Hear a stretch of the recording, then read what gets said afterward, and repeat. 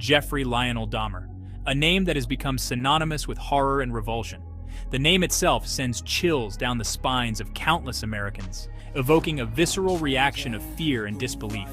He was the quiet, unassuming man next door, a face that blended seamlessly into the crowd, never drawing undue attention. Yet behind his unremarkable facade lurked a monster of unimaginable depravity, a predator hiding in plain sight. Dahmer's crimes, the gruesome murders of 17 young men and boys, shocked the nation, exposing the dark underbelly of the American dream and shattering the illusion of safety in our communities. The sheer brutality of his actions left an indelible mark on the collective psyche.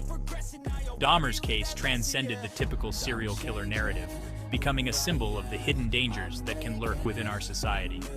It wasn't just the sheer brutality of his crimes that captivated the nation's attention. It was the stark contrast between his outward normalcy and the monstrous acts he committed. This duality made his story all the more terrifying. He was a cautionary tale, a chilling reminder that evil can lurk in the most unexpected places, hidden in plain sight, waiting to strike. His story forced us to confront uncomfortable truths about ourselves, about the society we live in, and about the monsters we might unknowingly harbor within our midst. It made us question the very fabric of our communities. The Dahmer case was a wake-up call, a stark reminder that we must remain vigilant against the forces of darkness that can fester in the shadows of our communities. It urged us to look closer, to be more aware.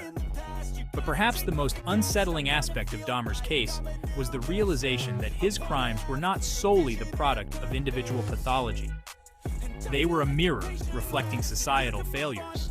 They were, in part, a reflection of a society grappling with its own demons, a society where marginalized communities often fall prey to predators hiding in plain sight. This case highlighted the need for systemic change and greater protection for the vulnerable.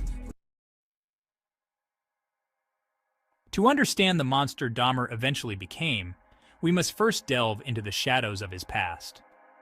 Born in 1960, Dahmer's childhood was marked by instability and emotional detachment.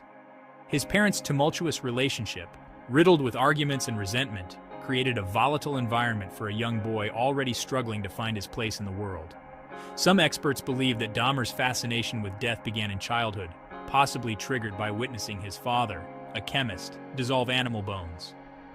This early exposure to mortality, coupled with a lack of emotional support and a growing sense of isolation, may have planted the seeds of his morbid curiosity. As Dahmer entered adolescence, his feelings of alienation intensified. He grappled with his sexuality, feeling increasingly isolated and misunderstood. This period of intense vulnerability coincided with the emergence of his dark fantasies that grew increasingly violent and perverse. While it's crucial to avoid simplistic explanations for complex behaviors like serial murder, understanding Dahmer's formative years offers valuable insights. His case highlights the profound impact of childhood experiences, particularly the devastating consequences of neglect, emotional detachment, and lack of a stable support system. To fully grasp the Dahmer case, we must move beyond the individual and delve into the intricate web of societal influences that shape the environment in which his crimes were committed. It is essential to examine the broader societal context in which his heinous acts occurred to understand the full picture.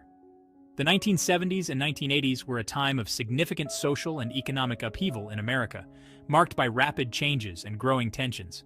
The rise of individualism, coupled with the erosion of traditional family structures and communities, created a sense of fragmentation and isolation that permeated society, affecting many lives. This period also witnessed the emergence of a highly sexualized culture, often objectifying and dehumanizing individuals, further complicating social interactions.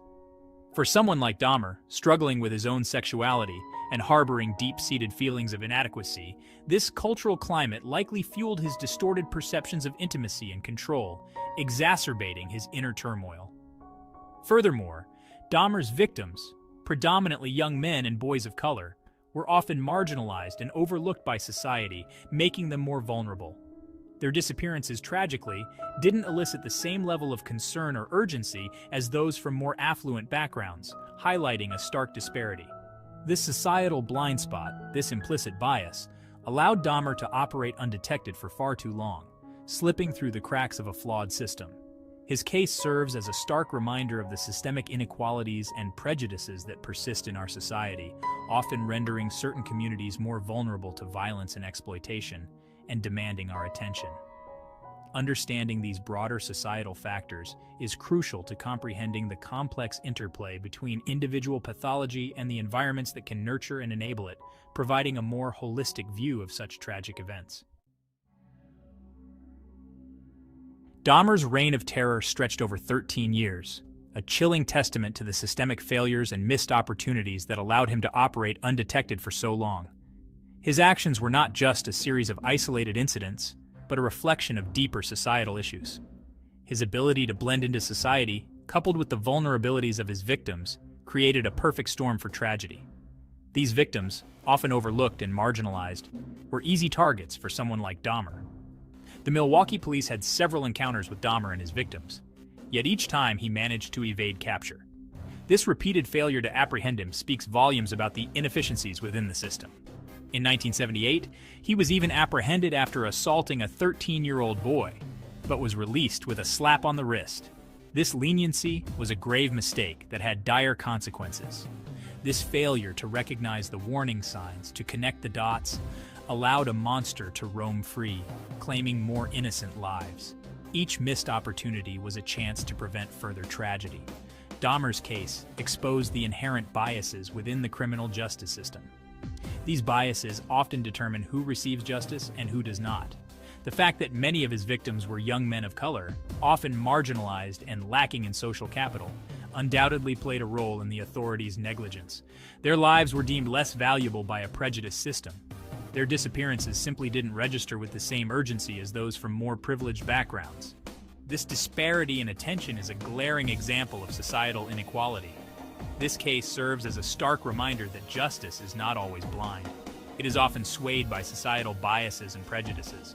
It is often influenced by societal biases and prejudices that disproportionately impact marginalized communities. These injustices are a call to action for all of us. Dahmer's ability to exploit these systemic weaknesses highlights the urgent need for criminal justice reform and a more equitable society. Only through comprehensive change can we hope to prevent such tragedies in the future.